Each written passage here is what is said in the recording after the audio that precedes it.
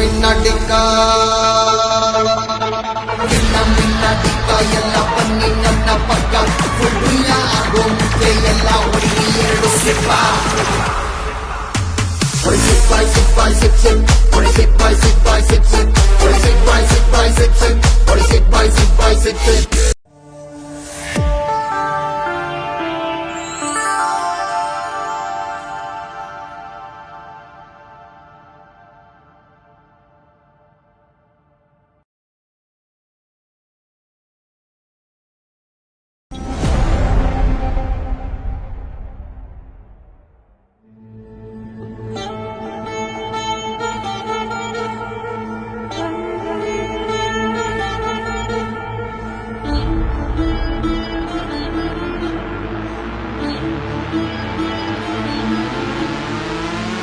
ಮಿನ್ನಡಿಕ ಎಲ್ಲ ಬನ್ನಿ ನನ್ನ ಪಕ್ಕ ಫುಲ್ಲ ಆಗೋ ಮುಂಚೆ ಎಲ್ಲ ಹೊಡಿ ಎರಡು ಸಿಪ್ಪ ಸಿಪ್ ಬೈ ಸಿಪ್ ಬೈ ಸಿಪ್ ಸಿಪ್ ಸಿಪ್ ಬೈ ಸಿಪ್ ಬೈ ಸಿಪ್ ಸಿಪ್ ಸಿಪ್ ಬೈ ಸಿಪ್ ಬೈ ಸಿಪ್ ಸಿಪ್ ಸಿಪ್ ಬೈ ಸಿಪ್ ಬೈ ಸಿಪ್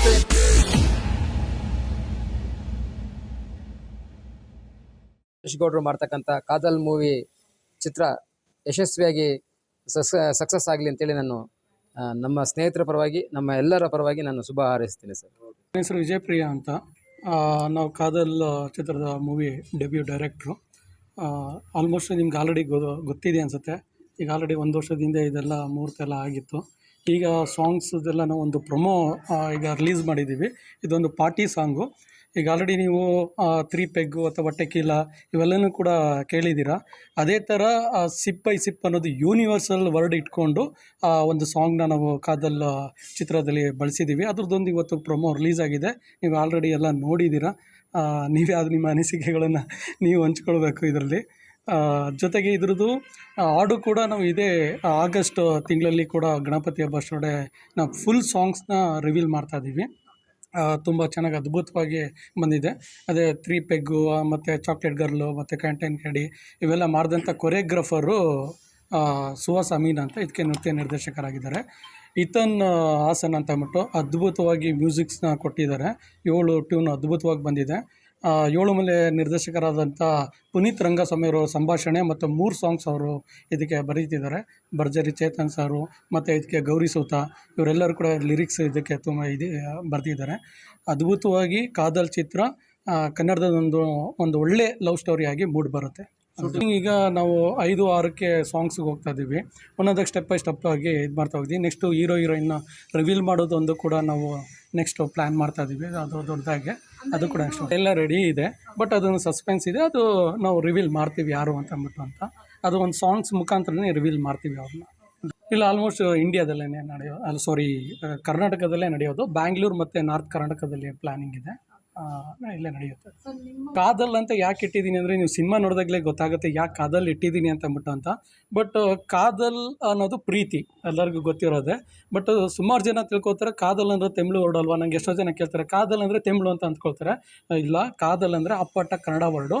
ಅದಕ್ಕಾದಂಥ ದಾಖಲಾತಿಗಳು ಕೂಡ ನಮ್ಮ ಹತ್ರ ಇದೆ. ಒಂದು ಸಂವಾದದಲ್ಲಿ ಕೂಡ doctor V Nagendra Prasad sir ಕೂಡ ಹೇಳ್ತಾರೆ ಕಾದಲ್ಲು ಸೊಲ್ಲು ಅನ್ನೋದೆಲ್ಲ ಕನ್ನಡ ಪದನೇ ಅಂತ. ಅದೇ ಥರ ನಾವೆಲ್ಲ ಒಂದು ಕನ್ನಡ ನಿಘಂಟಲ್ಲೆಲ್ಲ ಹುಡುಕಿ ಎಲ್ಲ ಮಾಡಿದಾಗ ಕಾದಲ್ ಅನ್ನೋದು ನಮ್ಮ ಅಪ್ಪಟ ಕನ್ನಡ ಪದ ಆಗಿ ಬಂದಿದೆ. ಅದನ್ನು ಎತ್ತಿ ತೋರಿಸೋದಕ್ಕೆ ಸಲುವಾಗಿ ಕೆಲವರು ದೊಡ್ಡವರೆಲ್ಲ ಮಾಡಿದ್ದಾರೆ. ನಂದೊಂದು ಸಣ್ಣ ಪ್ರಯತ್ನ ನಾನು ಕಾದಲ್ ಅಂತ ಇಟ್ಟಿದ್ದೀನಿ. ಬಟ್ ಯಾಕೆ ಕಾದಲ್ ಇಟ್ಟಿದ್ದೀನಿ ಅನ್ನೋದು ಸಿನಿಮಾ ನೋಡಿದಾಗಲೇ ಗೊತ್ತಾಗುತ್ತೆ. ಅದೆಲ್ಲ ನಾನು ನೆಕ್ಸ್ಟು ರಿವೀಲ್ ಆಗುತ್ತೆ. ಒಂದು ಸಾಂಗ್ಸ್ ಮುಖಾಂತರನೇ ಅವ್ರು ರಿವೀಲ್ ಆಗ್ತಾರೆ.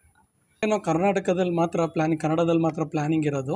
ನೆಕ್ಸ್ಟು ಏನಾದ್ರು ಎಲ್ಲ ಬಂದರೆ ಆ ಕಡೆಯಿಂದೆಲ್ಲ ಬಂದರೆ ತೆಲುಗು ಆ ಕಡೆ ಎಲ್ಲ ಪ್ಲ್ಯಾನಲ್ಲಿ ಇರುತ್ತೆ. ಒಂದು ಸಿಂಗಲ್ ಇದ್ರೂ ಕೂಡ ಯಾವುದೇ ಥರದ್ದು ಕೂಡ ಮಚ್ಚು ಲಾಂಗು ಆ ಥರದ್ದು ಯಾವುದೂ ಇಲ್ಲ. ಪ್ಯೂರ್ ಲವ್ ಸ್ಟೋರಿ ಇದೆ.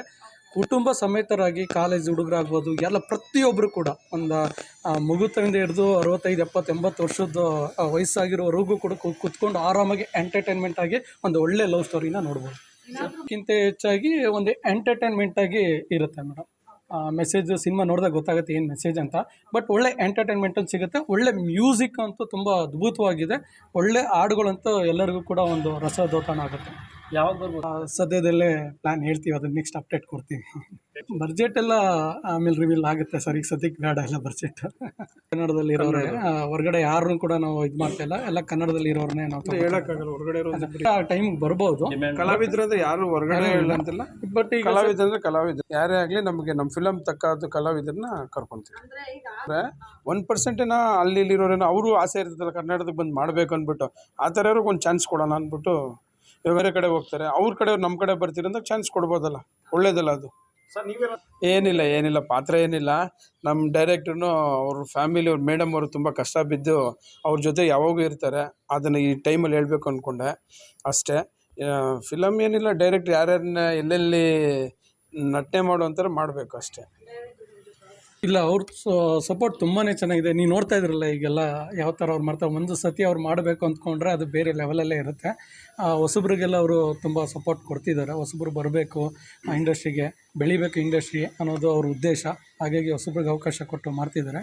ಅವರು ಈ ಕಥೆನೆಲ್ಲ ಒಂದಷ್ಟು ಜನ ಕೂತು ಕತೆ ಕೇಳಿ ಸಾಂಗ್ಸ್ ಎಲ್ಲ ಕೇಳಿ ನಮಗೆ ಅವರು ತುಂಬ ಇಷ್ಟ ಆಗಿ ಈ ಸಿನಿಮಾ ಮಾಡೋದಕ್ಕೆ ಒಪ್ಕೊಂಡಿದ್ದು.